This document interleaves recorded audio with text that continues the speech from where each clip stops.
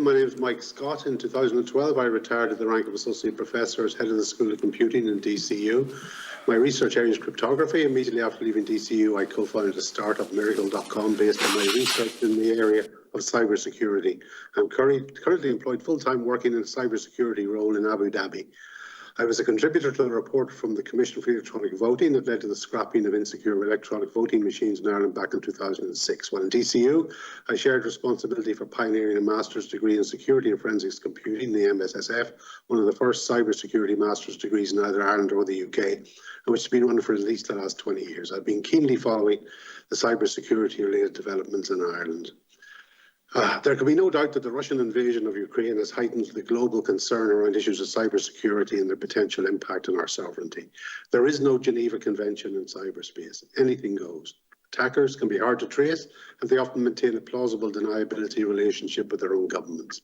Critical systems depend on computers that can be hacked. The ransomware attack on the HSE in May 2021 demonstrated the real-world damage that can be done. Incurring the displeasure of physically distant foreign governments can have serious local consequences. Our response to date, well, fortunately, due to the Ireland intervention back in 2006, the Irish electoral system is secure, based as it is on complete transparency and the non-use of internet-connectable devices, our stupid old pencils, as you'll recall them be called.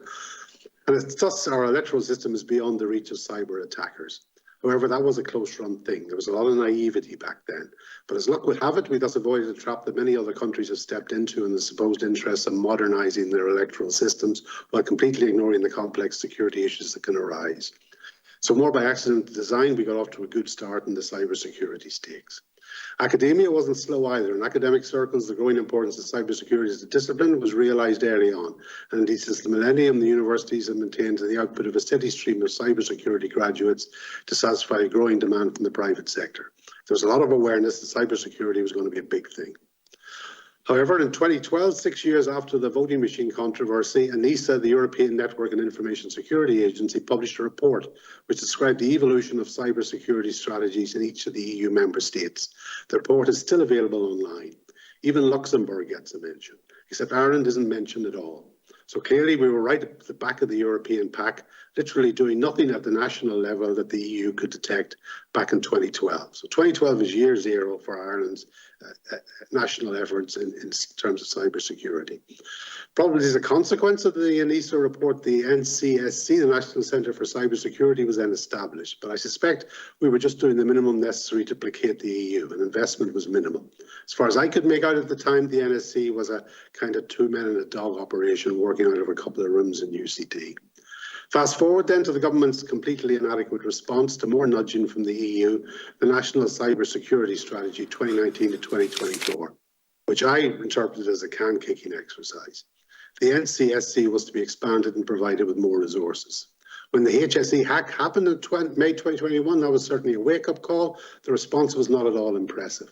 While following the media coverage, I was unaware of any expert response from the NCSC, and I couldn't name the equivalent of the Tony Holohan figure who might have provided some reassurance to the public that we had this under control. In fact, despite closely following the media coverage, I was unaware of any NCSC response whatsoever to the crisis. The NCSC itself is shrouded in secrecy, so I can only make a few observations about it. It appears to have been under the same leadership since its foundation. Its website, interestingly, maintains no names. There's not a single name of a single individual. All the articles are anonymous. The Irish Examiner carried an interview with its director in November 2021, and such an interview was described in that article as being rare, and no photograph of the director was allowed to appear next to the article. I conclude that therefore there exists within the NCSC a culture of secrecy. I personally have seen no job advertisements for the NCSC, and my suspicion is that it was in fact largely staffed by secondments from other services. At a meeting of this same committee in September 2021, the Minister, Oisin Smith, said that most of what has been done is not secret and does not need to be hidden. But in reality, it is secret and it is hidden. At the same meeting, an independently commissioned report, which was heavily redacted, nonetheless concluded that the NCSC was not fit for purpose, as it was under-resourced, overtasked, and its structural and legislative foundations were totally inadequate. In short, the NCSC is secretive to the point of being invisible. Based on the redacted report and the HSE debacle, it seems reasonable to conclude that it is also largely ineffectual. And here we are facing into the deteriorating cybersecurity landscape, a situation made worse by the crisis in Ukraine. We are woefully unprepared while being an attractive target for attack. We are, after all, members of the UN Security Council, and expelling Russian diplomats can almost be guaranteed to provoke a dangerous response. We really need to start to take this seriously.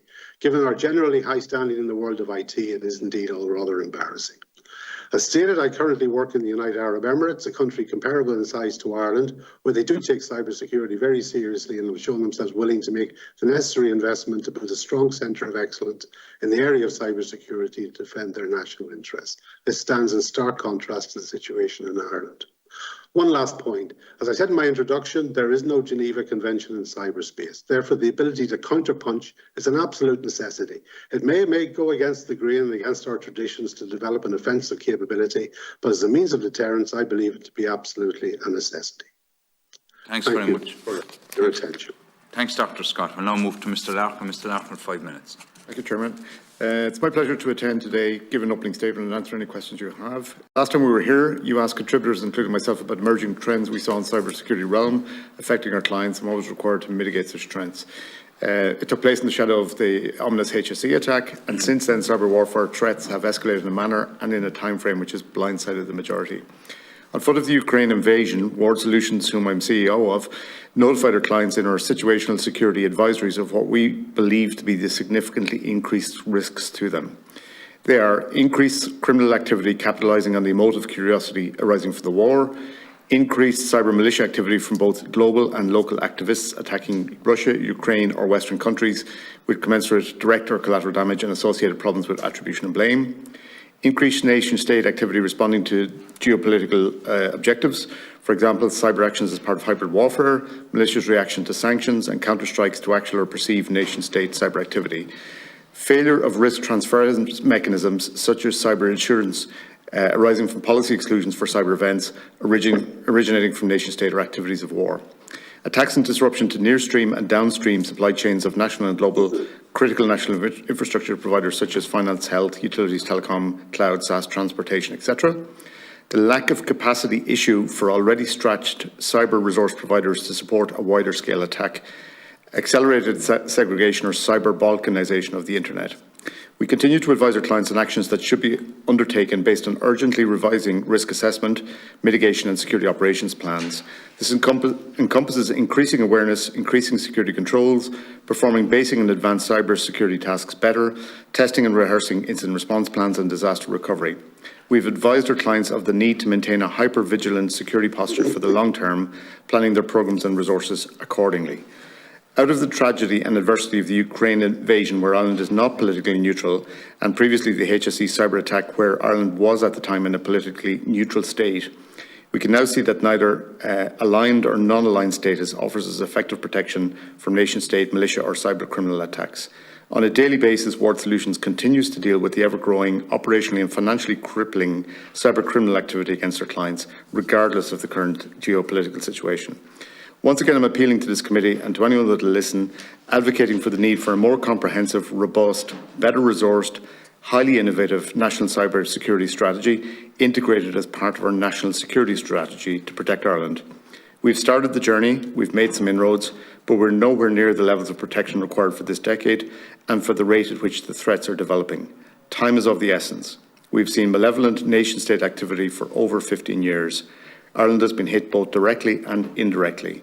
National cybersecurity strategy, practice, capacity, resources, research and capability is not something that you can switch on in days and weeks in response to a specific crisis. It requires deliberate planning and constant adaptation to extract short and long-term success. The strategy is needed to protect our society, citizens, public-private services and our prosperity. If well executed, it will bring very significant economic benefit to Ireland. The direct cybersecurity market is estimated to be worth $270 billion by 2026. There's a significant digital sector which is heavily cybersecurity dependent. An effective national cybersecurity strategy offers multiple levels of payback, not only funding the strategy, but also returning real profits in terms of investment jobs, export revenue, corporate taxes from direct cyber sector and from the cyber dependent sectors. The state's role in strategy should be that of leader, coordinator, enabler, incubator and accelerator. I'm also a member of Cyber Ireland, whose chairperson and cluster manager presented to you in 2021. We've been working steadily to coordinate the triple helix of industry, government and academia in order to make Ireland a cybersecurity global leader over the last 4 years. As part of our work, Cyber Ireland recently commissioned an international expert study of the cybersecurity sector in Ireland and will be launching this study and an accompanying sectoral policy paper in May 2022. Both will be submitted to this committee. We believe these will be invaluable to your considerations on Ireland's cybersecurity strategy. Thank you for the opportunity today. Thanks, Mr. Larkin, on the button. Now to Mr. O'Reilly. Mr. O'Reilly, your opening statement. You're on mute, Mr. O'Reilly. You're on mute. Thank you for asking me to participate. Yeah, thank you for taking part. Yeah. This is a topic that is obviously very timely and of significant consequence. As we all saw last year, nation states and the criminal gangs that operate within those states pose a significant threat to the public and private sectors across the West. Much of my work is in advancing the maturity of risk management practices inside entities large and small. I work with critical infrastructure, what you all call essential services, large enterprise corporations, government, both stateside and abroad, and smaller concerns such as state and local government and mid to small companies. Consequently, I have a fairly broad understanding of the challenges in critical infrastructure and shifting threat actor profiles. I also work very closely with a lot of the firms that model cyber risk and suggest an efficient path to mitigation and the hardening of systems. This gives me a good high-level sense of where weaknesses persist and what efficient and cost-effective paths to the prevention of cyber incidents looks like. As we all saw in 2021, there was effectively a plague of ransomware. Several of these attacks became very high profile and did serious harm to citizens. Any attack on a health service should be off limits, yet the criminal gangs crossed that line several times. Attacks on critical infrastructure also became political very quickly, as we saw with the Colonial Pipeline attack last year in the States. To get an idea of frequencies and impacts, almost a third of all healthcare organizations report an attempt at ransomware. The rate is almost double in manufacturing. Slightly over 40% can restore from backups, and only about a third will pay the ransom. The average loss in healthcare from a ransomware event is 1.27 million, but the secondary losses that drive that much higher. Then there are the human costs, which are even more significant, obviously. The heightened threat in the wake of the geopolitical events should concern all essential services or critical infrastructure firms. All should be on heightened alert and take measures to harden systems. Over 80% of critical infrastructure is in private ownership and stateside, which produces a difficult circumstance in that public goods and services and their protection often falls outside the purview of regulation. This means that the government has to be a helpful partner and stay apprised of a multitude of potential threats and get that information to the private sector in an efficient manner. Government has a very important role to play in combating these threats and in helping essential services understand what is best practice at the moment. Many sectors are underfunded and the authority for security is decentralized. Water treatment is a prime example of this. Attackers use many different tactics, techniques, and procedures. The practice of risk management essentially combines an analysis of the threat actors, their methods, existing vulnerabilities in a system, and then looks at the essential functions of the business. After a probabilistic analysis is done, the potential impacts can be understood. The human cost, financial impacts, downtime, reputational damage, lawsuits, all are factored. It's complex, but the results are often simple. Reporters often ask me, what can be done, as though the challenge were insurmountable, but it's not. And there are many simple and cost-effective strategies to both prevent attacks and mitigate the potential losses if an attack gains foothold. But it requires proper risk management and full engagement from the governance structures. In cyber, when we hear there's intelligence that a criminal gang with nation-state cover is preparing for attacks, we think of essential services. We think of the grid, of healthcare, of the supply chain for food and water. But there are many resources available and not all of them are expensive. Many attacks begin because of a trivial oversight or failure to train employees properly. The message of proper risk management in cyber is largely a positive one. That is not to say it doesn't entail significant complexity, because it does. It also requires resources, but resources deployed wisely. The recent cyber bill in the States details how risk management in cyber should operate, and it is a big step in countering the advanced persistent threat. It also puts more requirements around cyber incident reporting, which will get better information into the hands of practitioners faster. The practice of cyber is changing, as it must, to meet the current challenge. I look forward to our discourse today. Thanks. Thank you very much, Chair. Dr. Brown, you're very welcome. And thank you for your comprehensive statement this morning. Dr. Brown, your new office, because they have changed you now from reporting to an independent office. So do you believe that you have the full independence you would require as the director of the National Cybersecurity Centre? That's my first question for you. The other thing that I'm a bit disappointed that the numbers we're looking at with respect to staff is hitting around about the 70. I would have hoped to have seen you with a team of a couple of hundred, to say the very least. I would like to see you in a situation where you have members of your staff operating in every government department and every semi-state reporting directly to you and not to the departments, because I think we all know that when something goes wrong, the tendency is to close the hatches and try and keep it in-house rather than allowing it out. So I'd be interested in your views on that. We are lucky in this country, you pointed this out in your own presentation, first and foremost, the major IT companies we have in the country who have their own inbuilt cybersecurity teams. And I would say that we're lucky that they do, because if they didn't, I'd say some of them might be reconsidering their position with respect to staying in the country. I would be anxious to see, and I'm looking for your view on this, I would be anxious to see you at the top of a pyramid, but I would want to see you with assistant directors looking after, for example, integration with the private sector. Clearly, from what you're saying here today, if we have a major cyber attack, your organisation can only oversee other organisations working for you to resolve the problems. So I'd like to see you with a director in the over the private sector. I would like to see you with very deep relationships with academics and academia, and I would like to see you in a position where you are funding research. I'm not sure what funds are available for you to be able to do that. The Defence Forces had 2 seats on your committee or in your organisation. I think it was 2, maybe I'm wrong. But they haven't been filled for a number of years, as far as I'm aware. You might let me know what the situation is there.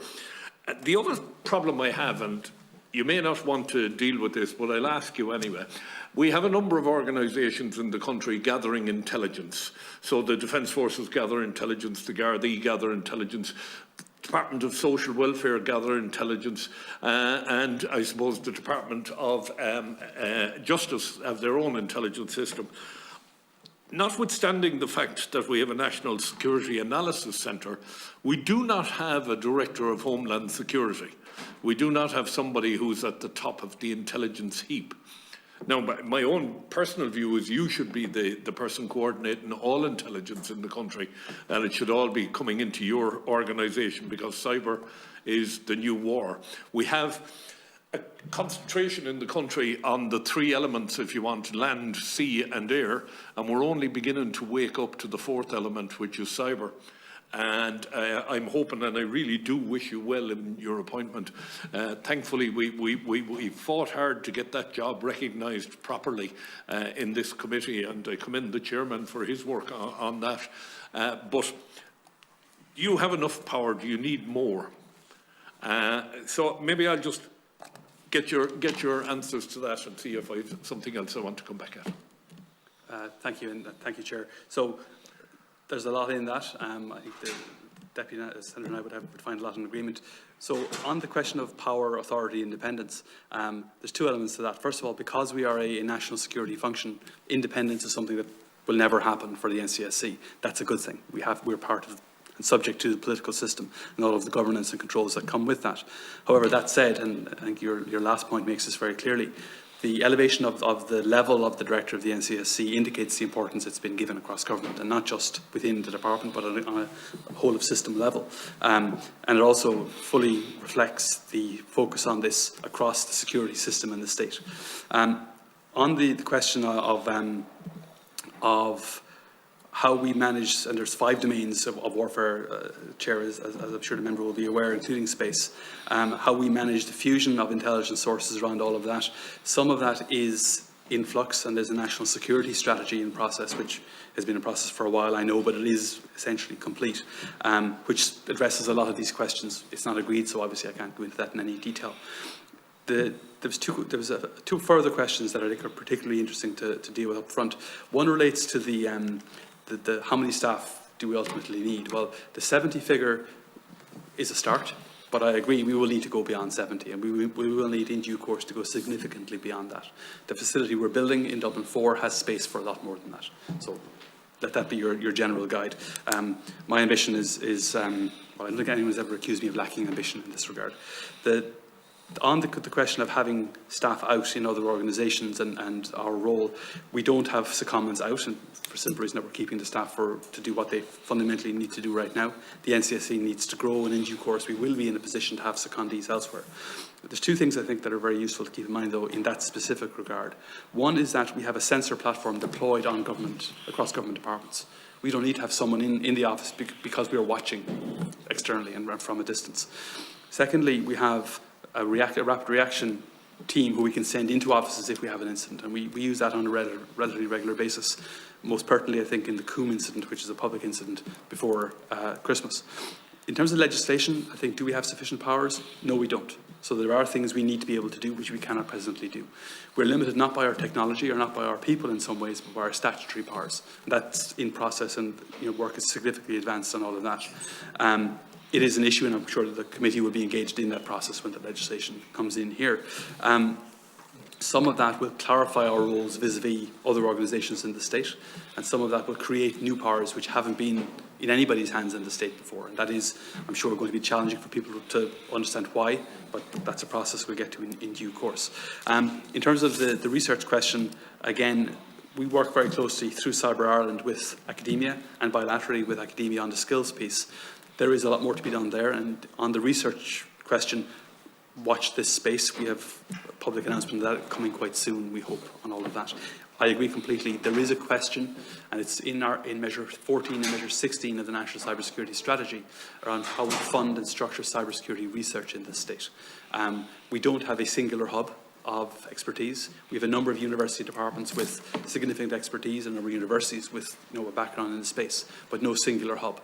That's something that we feel, and it's in the strategy, should be addressed, and that's in process at the moment as well. Okay, just on the area of, I'm on record as saying that you should be proactively probing organisations, and if an organisation is found to have a gap in their security system, that you should be able to issue a warning and give them a period of time to sort out the possible gap. And if they fail to do that, that they should be forcibly removed from the network. They should be denied access to the World Wide Web. The other one, which is hugely of huge concern to me anyway, the undersea cables that we have coming into Ireland. We know that a cable was cut in Finland recently. We have the ridiculous situation in this country where the Gardaí are responsible for the undersea cables, and the Navy are the people who are patrolling the sea but don't have the capacity to see under the sea without breaching any security. Are you comfortable that we have the right organisations looking after the infrastructure, the hardware, if you want? Thanks, Chair. So on the first question, the committee are probably aware that we have a compliance function, as you already mentioned, under the NIS directive, covering 7 different sectors of critical infrastructure. We have powers roughly akin to those suggested by the member, Chair, including the ability to audit. We have an ongoing compliance process which doesn't amount to a full audit. But when we are, A, either uncomfortable with the level of preparedness, or B, we're just doing a circular, it's your time type audit, we do audits of critical infrastructure operators. And those have found gaps in the past, which we have then compelled them to fix and redress. That is a very detailed, very complex process for a number of different reasons. And in our view, it is much better served if it is mainlined as part of the general regulatory work of the organisation, because quite often in regulated sectors, funding is provided via regulatory decision. And if a regulatory decision is to involve, you need to spend more on cybersecurity, then that should come via the funding authority. I think that's kind of self-evident. On the issue of physical infrastructure, well, first of all, we don't have a role in physical infrastructure. We do in some of our incident response processes and in some of our compliance work specify some physical controls that have to be in place. I think the first thing to keep in mind, and the committee should always keep in mind in this, the most pressing threat to fibre infrastructure is always of the BYD, the big yellow digger type. The most likely prospect is someone will hit it with a digger. The most likely prospect for subsea cables is someone will pull an anchor over it or a trawl over it. Fibres are, in some cases, armoured and protected against it, but not always. So the physical infrastructure, and I know the Commission on Defence report makes some recommendations around this as well, which will be addressed in due course in a piece. It is a complex issue. We have spoken with our colleagues in CISA in the US about this in the recent past, and they've outlined what they do, and it isn't wildly dissimilar from what happens here, Chair. So there is a question, but there is no global unified solution to it either. And under your capacity review, right, there's a specific recommendation to develop, it's recommendation 7, develop a national cyber incident management framework that outlines the role of the NCSC as the lead authority. Have you developed that framework? So, just to explain what that is, Chair, we have a critical national incident response plan, which we have had for some time and updated. As part of our own internal review into the HSE incident response process, we took that piece and identified exactly how we'd operationalise it. That work is well underway now. Some aspects of it have been used in our contingency planning for ongoing issues. Now, it's not finalised because we're actually using it, operationalising it, and will be finalised once we've finished our contingency planning. We're learning from this as we're doing it, basically. And also, if I might, Chair, just and it goes to your point, a lot of the learning from this is bringing other entities in, explaining to them what our role is and their role will be in an incident. And then everybody has a much clearer understanding of roles, responsibilities, and the incident response process, how it works in a live fire. The simple question is, as the head of the National Cybersecurity Centre, are you satisfied? How exposed are we as a country in terms of cybersecurity threats at this moment in time, considering the invasion of Russia into Ukraine and various other things? How exposed are we as a country? I think it would be silly to suggest that we're in any way invulnerable. Every country, every entity with an internet connection is vulnerable to some kind of incident. Cybersecurity incidents are uniquely complex because of the nested nature of systems. We depend, this organisation, every individual depends on a networked series of services. It is impossible in some ways to predict what will happen if entity X, Y, or Z is affected. So it's not just are we vulnerable, but it's understanding the detailed, nested set of dependencies in that vulnerability. We have, and it's in the strategy, we have completed our most recent risk assessment of critical infrastructure, and we have a fairly detailed, I'm not going to say it's 100% comprehensive, understanding of the primary nested dependencies. We're lucky in some ways. We're a small state. We have a relatively resilient infrastructure, and we have a relatively limited number of touch points, but there are always going to be challenges. Our role has been to prepare the critical services, and we started with critical. We will go out beyond that in due course to make sure that as many people as possible are aware and up to speed on this. We face a challenge, and let's be blunt about it, Chair. We have lived for a very long time with a benign external security environment. Cybersecurity and the rise, the development of these kinds of cross-cutting, deeply enmeshed threats poses a new challenge for this state, which we're dealing with without some of the institutional architecture that other states have had in the past. That means that we're having to invent things, systems, as we go. In some ways, that's an advantage, because what we're doing is not last year's problem, it is this year's problem. Okay. Just one final question. As the director of the Cybersecurity Centre, do you now report directly to the Office of the Taoiseach, or are you still reporting to a department? Because I think if you were reporting to the Office of the Taoiseach, it would give you significantly more clout, for the want of a better description. Well, having worked in the department of the Taoiseach, Chair, I'm not sure that's necessarily the case, but I do see your point. My reporting line is into the Department of Communications. It's to the Secretary General of the Department of Communications. However, on national security issues, the reporting line and the briefing line is obviously into the centre as well, including bilaterally with my own view is you should be under the Department of Defence, but that's... That's for another day. I'm going to address my questions to the three witnesses. I want to thank you for being here. You paint a very, very dark picture with respect to cybersecurity in Ireland. My first experience of cybersecurity was, I think, in 1997. I managed the IT system for the college I worked in, and our microvax was hacked over a weekend. It was a simple attack simply to try and break the password, but nonetheless it brought home to me how small the world was becoming at that time, and that's a long, long time ago. Did you withstand it, Senator Craughwell? No, we did not. The important thing, Dr. Scott, in your presentation, the secrecy around the National Cyber Security Centre is a matter of deep concern to me. It is also a matter of deep concern to me that when we first advertised for the director of the National Cyber Security Centre, we offered a salary of $79,000 a year, looking for somebody to head up national cyber security. It goes to show where the thinking was with respect to cyber security at the time. And I'll ask you all to deal with this in your own way in a second. The strategy in cybersecurity, Dr. Scott, you said up to 2012 there was zero strategy. I would have thought that, given the fact the NHS was hammered in the UK and we did not test our systems in this country, there was zero strategy up to 2020, 2021.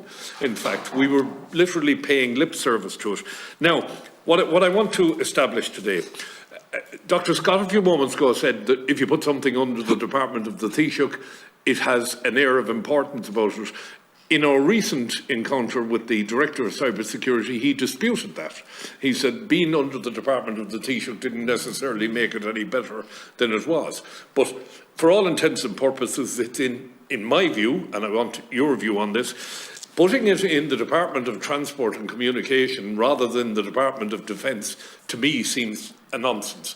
We're not analysing things through a security lens all of the time. Everything we do now should be analysed through a security lens, and particularly through a cyber security lens. I'm interested, Mr. Larkin, in your point that we have been good at looking at land, sea and air, albeit with huge restrictions and diminishing capability. But I don't believe we've looked at cybersecurity. I don't believe we've taken cybersecurity seriously. I still don't believe we're taking it seriously when we're talking about a staff of 70 people. I asked just earlier on today, should we have cyber personnel reporting directly to the head of cybersecurity in every state and semi-state department? Should we be proactively, ethically hacking organisations? And where we find breaches, should we give them a limited time to repair it or remove them from the wide area network in order to protect the economy? Mr. Larkin, you're very clear this is an economic issue as well as a security issue. A nanosecond of carelessness could cost us our entire economy. It could cripple this economy. Senator Craughwell, your question. Yeah, so, well, basically what I'm trying to do here is to map out what I think cybersecurity should be, and please tell me if I'm wrong.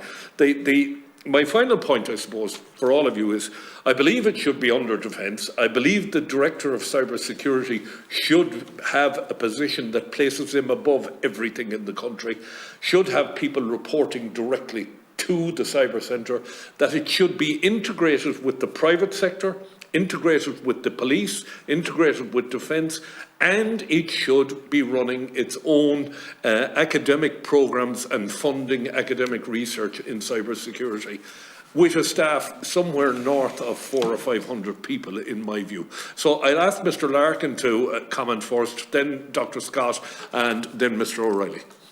Sure. Yeah, I come back to the main point, I think, which is, like, I agree defence has a role. I can understand why NCSC ended up in the current situation it's in the Department of Communications, because I think probably historically it's been seen as a technical thing. which is not. It's a national security thing. It's a citizens and societal safety thing. So I think you've got to escalate the level of coordination and leadership and responsibility to that level. They're a model anywhere worldwide. There's models emerging, I think, clearly. Like the UK, I would look at it as a model where, you know, they've had a number of goes at it, and I think that the most recent go has been pretty good in terms of the role of the National Cybersecurity Centre there and the level of leadership that it's provided. That's not a bad model. Again, it's continuous improvement and continuous evolution because it changes. But I suppose, what does perfect look like, or what does the desired state look like? The desired state looks like that everybody takes cybersecurity seriously and responsibly. If you look at commercial institutions, whether they're, you know, quasi-semi-state or not, I mean, most commercial institutions take cybersecurity seriously. Why? Because it's about protecting shareholder investment. It's about protecting revenue and shareholder investment. If Ireland Inc. treated this the same way, it's about protecting our tax flows, our health service, or our foreign direct investment and our national output.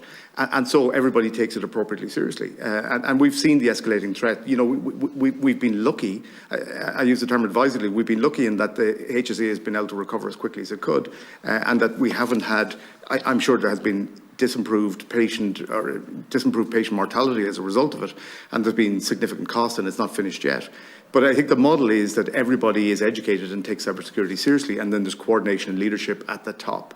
But if you leave it to one single body to drive this, or to be responsible to execute and implement all of this, that's impossible. So I think you need leadership, and you need, you know, a very clear statement that it is a national and economic security priority, and then you address it with all of the respective agencies in there. I think we have a problem, which is it's very much an infinite defence mindset, and we're not even resourced for that. And to Dr. Scott's point earlier, and if you look at it, you do need infinite defence is fine until either you're confident you tire the enemy exhaustively, or you're in a position to launch a counterattack. There has to be consequences for cartels or nation states who are launching or facilitating cyber attacks. That there has to be consequences for that. Otherwise, we're in an infinite defence model. It's an arms race. It's a cyber arms race, and there has to be consequences. This abatement that they talk about. Yeah, there has to be consequences. I mean, it's clear that some of the groups that have been perpetrating ransomware and are of interest to activities here in Ireland, without prejudice to anything, have very strong nation-state affiliation, and there has to be consequences for that. We've been dancing and toying around it, and President Biden set red lines for 16 sectors that, if attacked, they would launch counter-strike for. It's telling at the moment, I'm not saying it'll stay this way, it's telling at the moment that cyber warfare has not broken out as a result of what's going on in Ukraine at the moment. And I suspect that's because there's a point at which they do or don't want to cross a red line. Could we become a hub for those who want to attack Safe Little Ireland, being used as a proxy, if you want, for those that are involved, that would damage our reputation internationally? Yeah, attacks can be launched anywhere. Whether people are physically here or not, infrastructure can be used to it. But I think if you've got a good ethical and moral regime, you're policing and shutting that down. If you don't have a good ethical and moral regime, you're facilitating and encouraging that. And I think that's what's happened in a lot of cases for where attacks and cyber criminal activity has been launched. And that cyber criminal activity is hand in glove with nation state in certain territories that we now know. And it's perfectly apparent. Dr. Scott. Yeah, I mean, coming back one of the first points, yeah, the Department of Defence is the obvious place for it to be. I don't know what it's doing, where it is at the moment. It seems slightly bizarre. I'm sure there's some historical justification for it.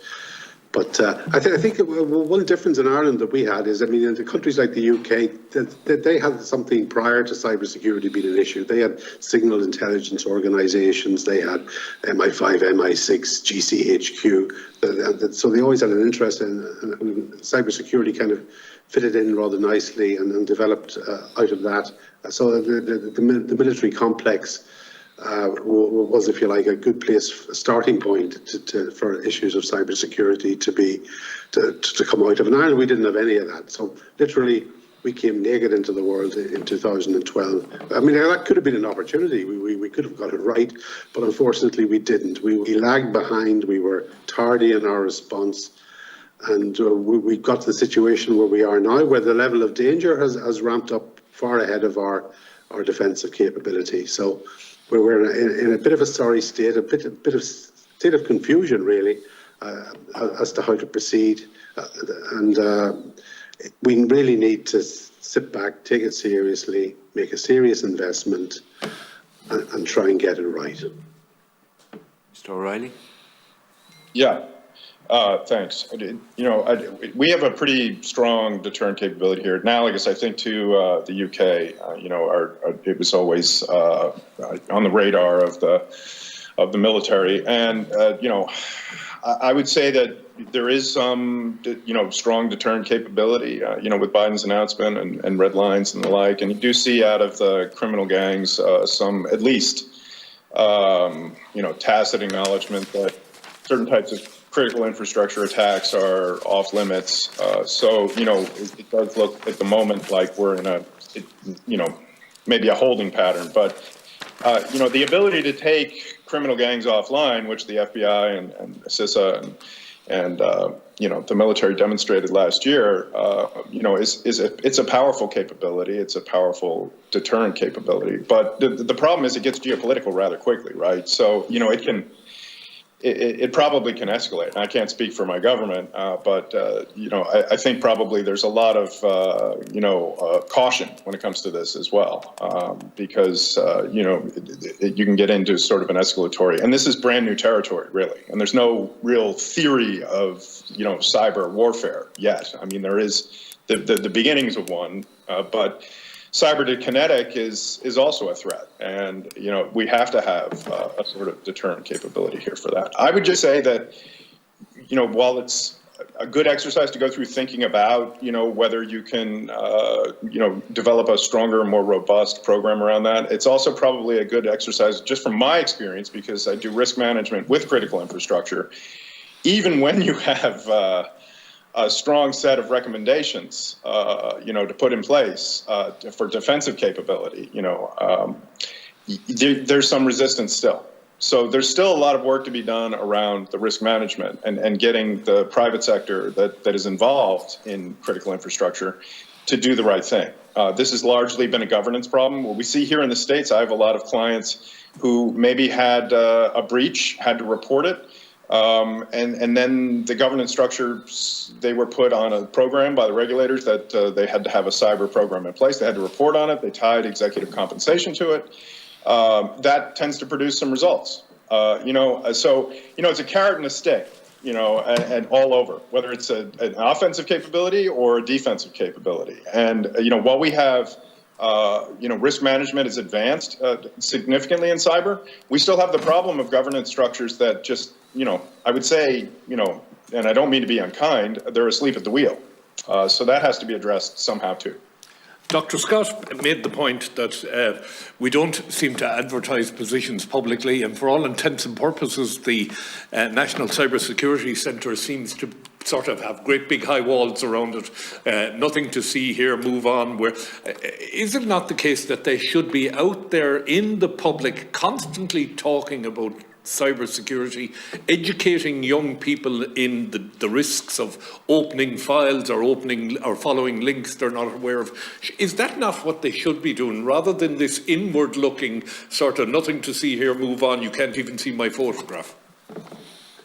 Yeah, I mean, that strikes me as really strange, the whole NCSC setup. I mean, I just can't make sense of it. It's like they're modelling themselves on MI5 or something. Like I'm surprised the director's name is even known. Maybe we should be calling him M, except